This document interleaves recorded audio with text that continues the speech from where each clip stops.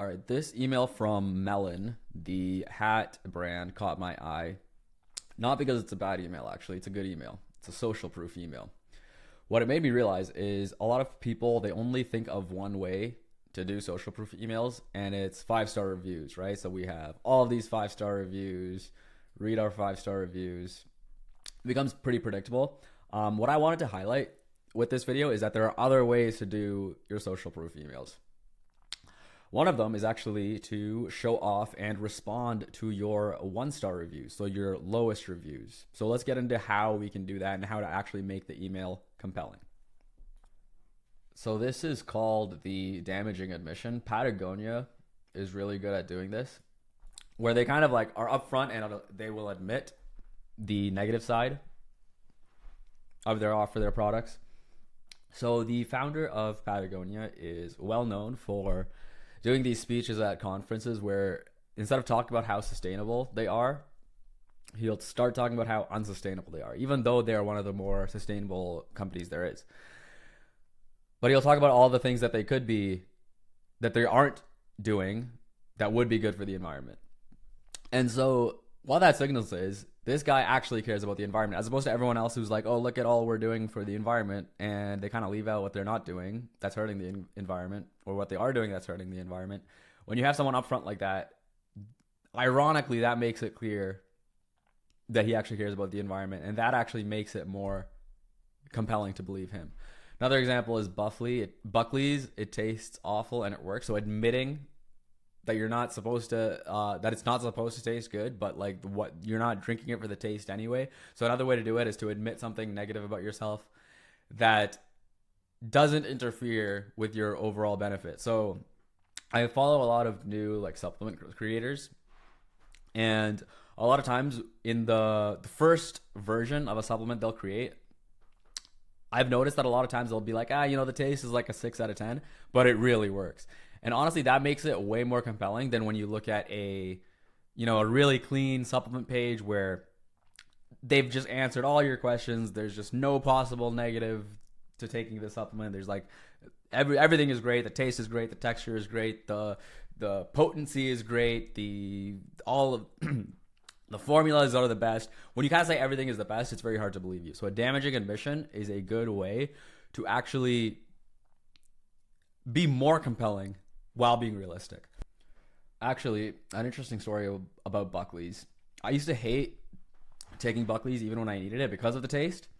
Once I found out that it wasn't supposed to taste good, somehow that made me not care about it. Now it's a weird psychological thing, but like, oh, it's not supposed to taste good, so yeah, whatever, I'll have it.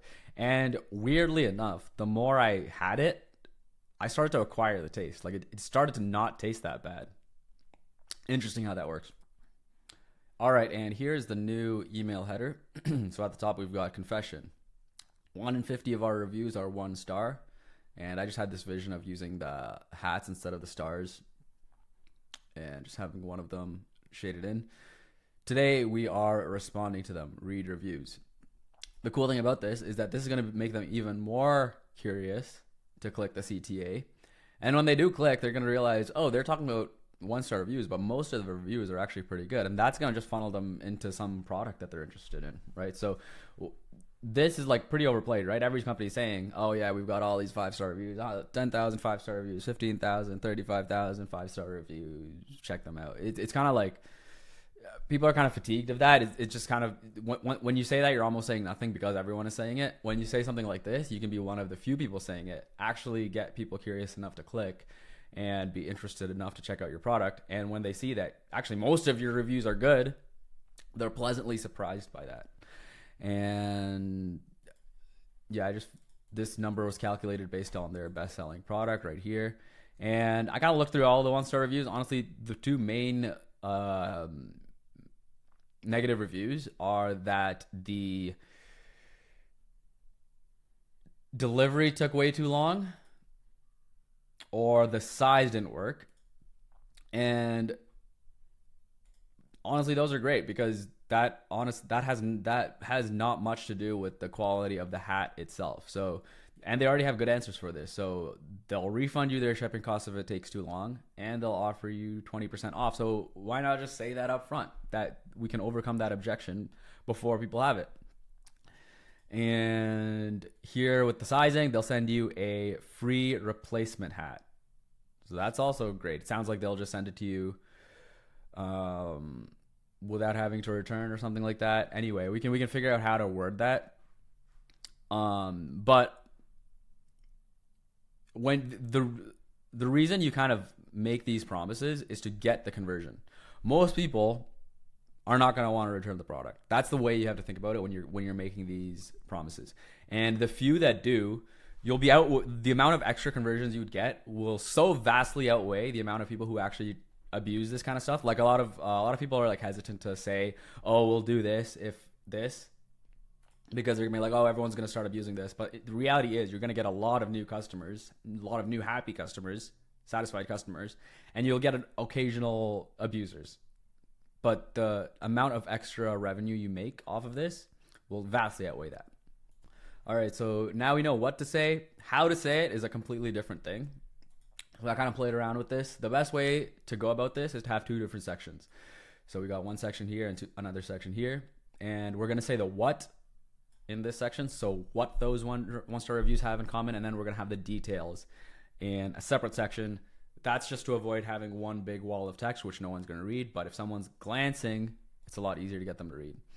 And we've got, that also just gives us an excuse to have two CTAs instead of one.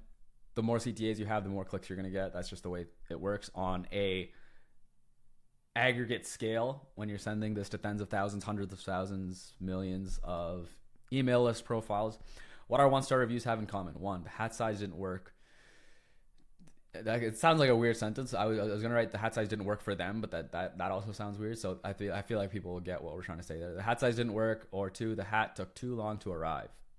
Here's how we're responding. So this is also just a way to position a damaging admission that puts you in a good light. We're not trying to hide anything negative from you. We're actually responding to them right in front of you. So here's how we're responding. We'll send you a free replacement if the size isn't as expected. Or if you run into any issues at all with your hat, you don't have to send anything back. Again, if they don't want to promise that, we can rework that. But again, you can almost never lose by overpromising. If your order doesn't arrive on time, we'll refund your full shipping cost and refund 20% of whatever you paid for your hat. And the reason we have 25,000 plus 5-star reviews is because we don't hide from the 1-stars and we don't hide them from you. We fix them. See for yourself. So this is important. This is actually the best way to say something positive about yourself. You're almost like saying it in passing, like, oh, I wasn't even going to say this, but like the reason we have 25,000. Oh yeah, did you know that, by the way? Like the reason we have 25,000 plus 5-star reviews is because we don't hide from the 1-stars. So it's almost like, that wasn't even like what we were trying to say, but we're just kind of saying it in passing. And it's just a lot more. It's a much more tasteful way to just say, oh, we look how great we are. Basically, we're still saying the same thing, but it's a lot more subtle, and subtle really works when it comes to this kind of stuff. All right, and now we're closing out the rest of the email. So because we didn't have a lifestyle image up here, and the reason we didn't have that is because it would kind of be weird to have like an image of like some guy with his hands up in nature. When we're talking about like the negative, it's kind of more serious tone to it. So we kind of put it on that white minimalist background. Because we took out that lifestyle image up there, we're going to add one in down here when we're kind of like ending the email on a good note. And then honestly, the rest of the email, I really like what they had here. So I just, no notes there. I like it.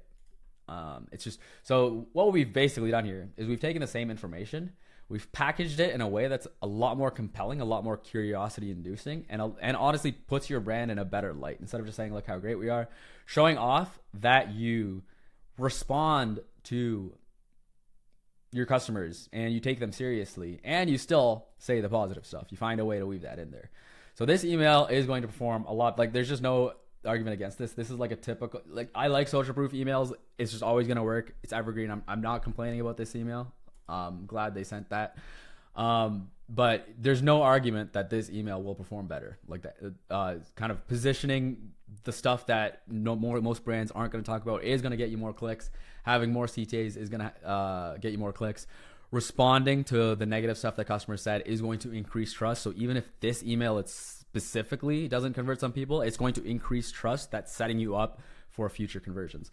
If you want to know more about like the specific design process, strategy, and copy that I use to actually build this out, I'll link a video on the screen right now with just like a 30-minute breakdown of how exactly I do that. If you have a brand that makes over $100,000 a month, we can definitely work together and make way more with your emails than anyone else. So tap the link in the description to hop on a call and we can discuss that further.